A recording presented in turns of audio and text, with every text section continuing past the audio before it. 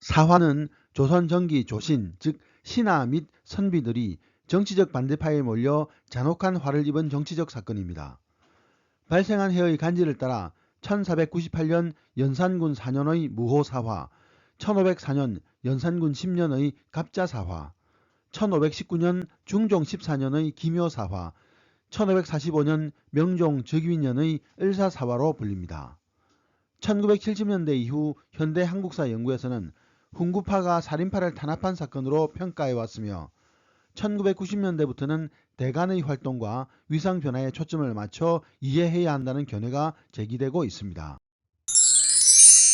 안녕하세요. 역사산책 자팍다식 채널입니다. 오늘은 조선시대 4대 사화, 신하와 선비들은 참혹하게 죽어나갔다라는 제목의 영상 보내드리겠습니다.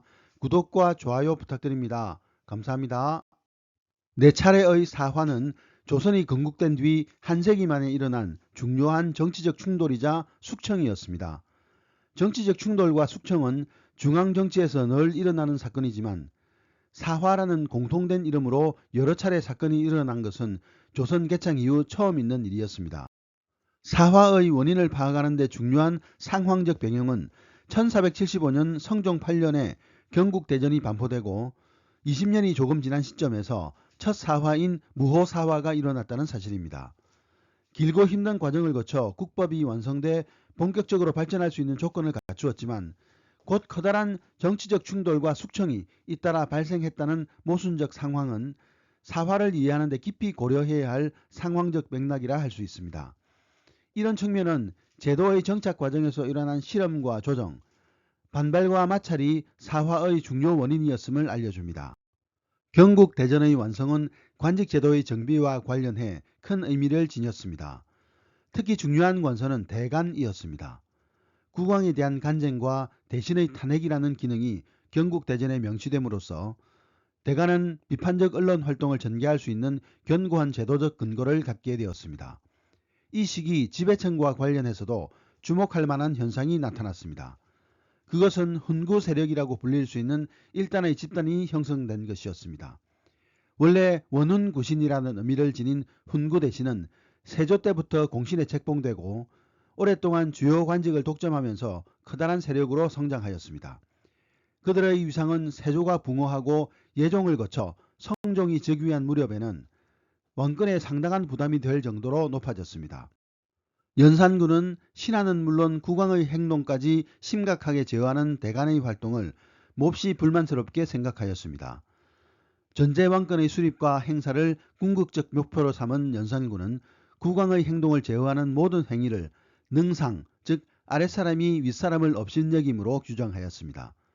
그런 능상을 가장 빈번하고 심각하게 저지른 집단은 대간이었습니다. 즉위 직후부터 무오사화까지 연산군과 대간은 수륙제 실시, 폐모 추승 등 여러 문제로 대립하였습니다. 영의정 노사신을 포함한 주요 대신이 연산군을 옹호하면서 대신과 대간의 충돌도 격화되었습니다.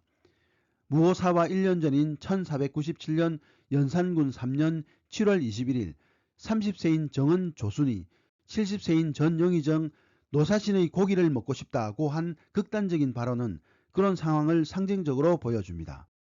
이런 상황에서 1498년 연산군 4년 7월 1일 첫 사화인 무오사화가 일어났습니다. 발단은 김일손의 사초에 세조와 관련된 불충한 내용이 담겨있다는 혐의가 알려진 것입니다. 유장왕은 김종직의 조의 제문이 세조의 찬탈을 비판하고 단종의 죽음을 애도한 글이라고 고발했습니다. 무오사화는 한 달 만에 마무리되어 52명이 처벌되었습니다. 피화인을 형량에 따라 살펴보면 사형 6명, 유배 31명, 파직 및 자천 등 15명이었습니다. 인적 구성은 김종직 관련 24명, 언관 9명, 실록 편찬 관련 8명이었습니다. 한 달 만에 사건이 종결되었고 사형도 많지 않다는 측면에서 무오사화는 제한적 규모의 숙청으로 평가되어집니다. 대규모의 본격적 숙청은 6년 뒤 갑자사화에서 일어났습니다. 무오사화 이후 왕권을 강화한 연산군은 사치, 음행 등의 폭정을 자행하기 시작했습니다. 대간은 물론 대신들도 국왕의 배행을 비판하면서 연산군은 능상이 신하에게 만연했다고 판단했습니다.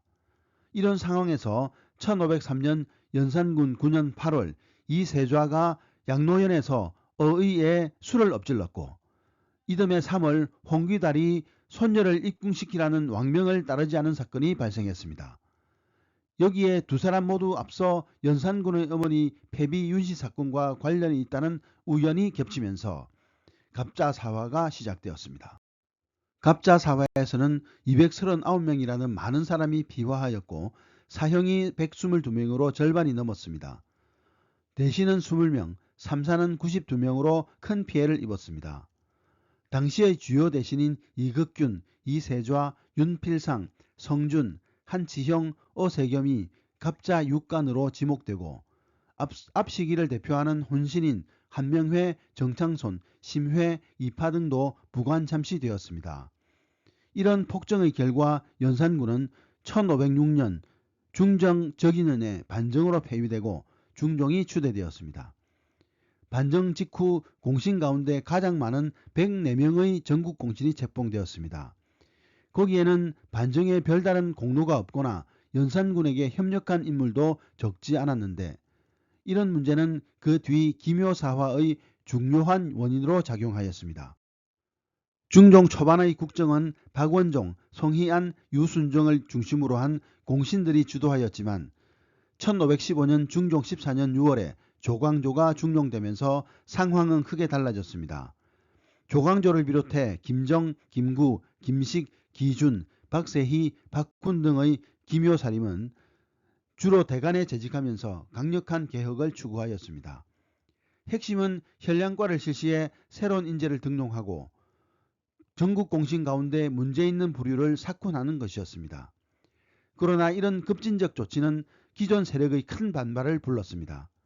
중종도 기묘사림의 개혁에 피로와 불안을 느꼈습니다.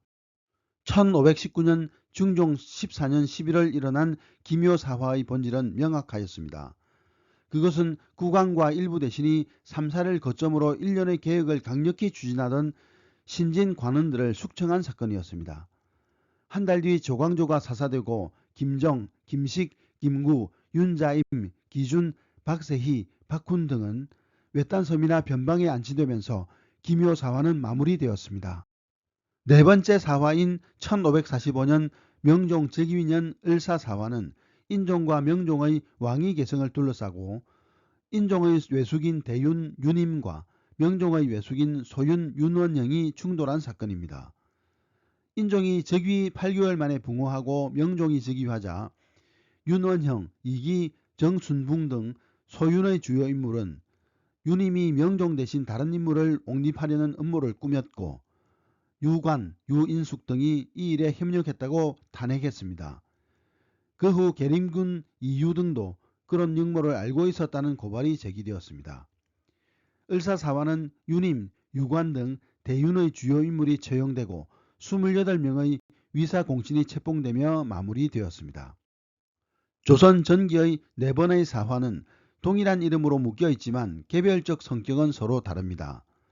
무오사와 기묘사화는 국왕과 대신이 한편이 되어 신진관원을 숙청한 사건이었고 갑자사화는 국왕 연산군이 일방적으로 가혹한 폭정을 자행한 사태였습니다. 을사사화는 외척을 중심으로 형성된 신하들 사이의 대립이었습니다.